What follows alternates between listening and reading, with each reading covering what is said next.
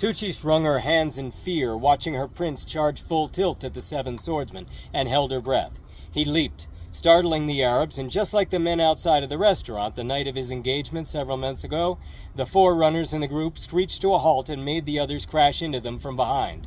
His blade whistled down into a navy blue turban and split that man's skull to the teeth, the sudden dead weight dragging the scimitar out of his hand. He landed among them, tackling a man in a white caftan to the floor and snatching up the dead man's tulwar. Rolling onto his back and letting the momentum carrying him, heaving his legs up and over his body, he was back up on his feet in a flash. Without pausing, he lunged, his blade licking out to disembowel a dark-bearded man in a Luke Perry t-shirt and cafier.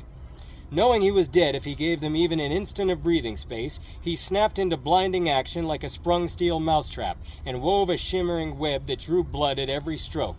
He made no attempt at defense. His only wish was to take down as many with him as he could before he fell. They gave back ground before him and rallied themselves, the 2 most badly wounded escaping to the cover behind divans to rest and take deep, wheezing breaths. Now less hampered by their numbers, the 3 remaining took turns at lunging, and Rabbit parried and dealt riposte to make sweat bead on the foreheads of even the onlookers, their blades crashing like cymbals. The Arab strokes were met with impossibly deft parries, and countered with cunning feints and shrewd lunges. Rabbit had never felt more alive, and his smile was unnerving for his opponents to see. Then a scream of fear cut through the clash of blades, and Rabbit dared a glance in its direction. The guard who'd turned tail and run from him now had seized Tuchis from behind. He held her by one fist in her long hair and was trying to bend her arm behind her back. Rabbit faltered and took a scrape on his forearm that stung him back into the fight. Distracted, though, he knew he would lose, and he could not spare in the attention to worry about the girl. She'd been part of the trap anyway. Hadn't she? With a pang, he remembered that she had been the one to get the scimitar away from the guards and kick it over to him to even the odds. Maybe there was more going on than he thought.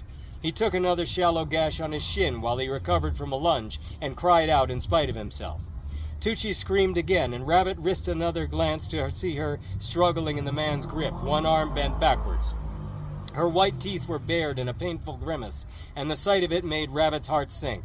Regardless of what had happened, he had still done many beautiful things with her, and recently. He broke with the fight and ran, knowing that he probably looked like a coward. His teeth clenched against the pain in his leg. He forced himself to put every ounce of his strength into a mad dash to rescue the maiden fair. She saw him coming, and her eyes widened. The brute who held her noticed and glanced up, following her gaze in time to see Rabbit spring up onto the divan and launch himself into the air, his tulwar coming down to cleave through the man's cheekbone and lodge there. The 3 of them went down in a heap, the guard's body cushioning Tuchis and Rabbit's fall, but the others were clearing the gap between them swiftly.